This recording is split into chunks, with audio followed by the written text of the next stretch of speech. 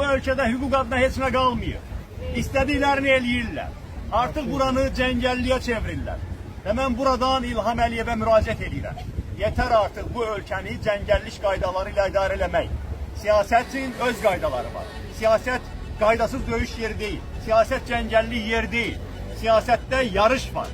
Siyasətdə seçki var, debat var. Ona görə də nə vaxta qədər öz rəqibinin qarşısına məhkəmələri çıxardacaqsan, polisi çıxardacaqsan, məhkəmə icraçılarını çıxardacaqsan.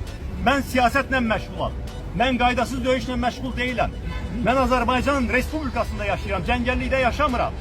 Ona görə də siyasətin öz qaydaları var. Artıq yetər ki, bu cəngəllik qaydalarından mənə qarşı istifadə olundu, xalq cəbhəsinə qarşı istifadə olundu. Əgər sən də siyasətlə məşğulsansa, bütün səlahiyyətlər əlindədir. Seçki yarad, yarışaq. Debat təşkil edə, debata çıxaq. Siyasi rəqabət aparaq.